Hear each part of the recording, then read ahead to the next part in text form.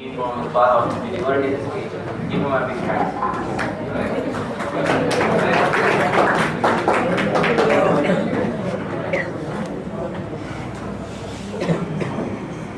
In the name of Allah, the most gracious, the most merciful. Esteemed principal, honorable faculty members, dignified judges, and my admirable friends. Assalamu alaikum.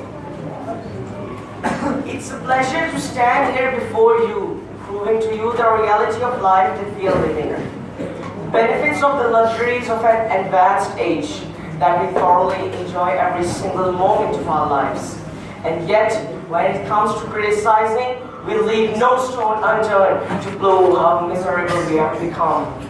I acknowledge the human desperate need to always complain, and today, yet again, I'm amazed at the height of ungratefulness that we can accomplish as a human race. Thomas Alva Edison was an American inventor and businessman. Edison's invention contributed to mass communication, and in particular, telecommunications. A battery for an electric car, electrical power machine, and electrical bulb, music recorder, and motion pictures. Edison developed a system of electric generations and distributions to homes, businesses, and factories, a crucial development in the modern industrialized world. Before the inventions of these high-impact technologies, life was very different and slow. My point here is that initially any new technology or advancement is in itself a luxury because not every common man can afford it. It is only with the passage of time that the luxuries become commodities and necessities that a common man can afford. With this position begins a new era, an era of advancement and development. My dear audience, I would like to question everyone here. When the first computer was invented, was it found in every home? It was considered to be luxury because of being extremely expensive. From computers to smart screens, from latest cancer treatments to laser surgeries, from the airplanes to satellite rockets, these are proud inventions of man. I've always dreamed of living a creative and productive life by contributing something genuine in the field of medicine or engineering. I've always been passionate about making this world a better place to live in. So, if I aim for getting into an expensive but one of the top universities, would that be a luxury too? If the best universities offers the best education and exposure, then would you still be criticizing the comforts of the luxurious education? My dear audience, behind every invention are decades of struggle. Behind every emerging technologies are brilliant minds working at an exceptional level. And behind every promising venture are great ideologies. Life is a beautiful gift, so be fearless and have the courage to take risks. Get out of your comfort zone, even if it means being uncomfortable. Never feel guilty of being the advantageous one. Great people before us gave us the luxuries to make our life easier, and we should move a step ahead to continue our legacy for the benefits of the next generation. Well, listeners, life is all about the choices we make. Life eventually comes down to the consequences of our choices.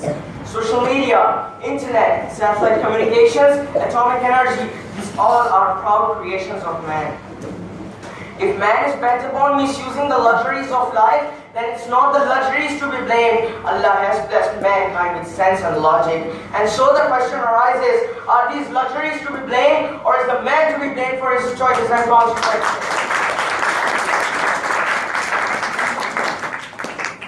Internet, for example, is a revolutionary development.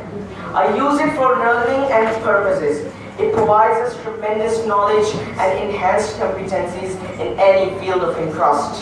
There is another person who uses the same internet for hacking and exposes himself to illegitimate, illicit, and immoral things. Then, is it the internet to be blamed for harming the life of that man, or is it his own choice that causes him harm? Over centuries, societies have witnessed their own destruction because of the fatal consequences of their choices. All know that even before the existence of today's luxuries, centuries ago, social evils took over many societies and they were wiped off from the face of this earth. Dear audience, nothing is bad in itself. It is the use that makes it good or bad.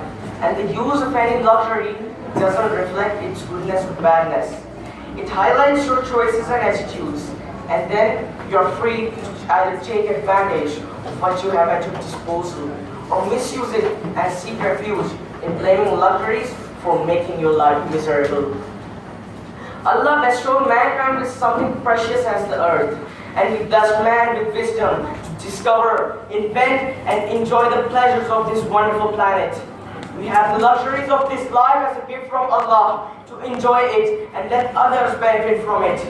It's up to us to put it to a good use, to let the luxuries find the meaningful standards of a better life, to take advantage of luxuries today and leave something better for the generations to come. Whatever we have at our disposal, we should use it wisely and constructively for a better purpose. And most of all, we should learn to stop blaming other things for our own faults and unjustified behavior. Thanks.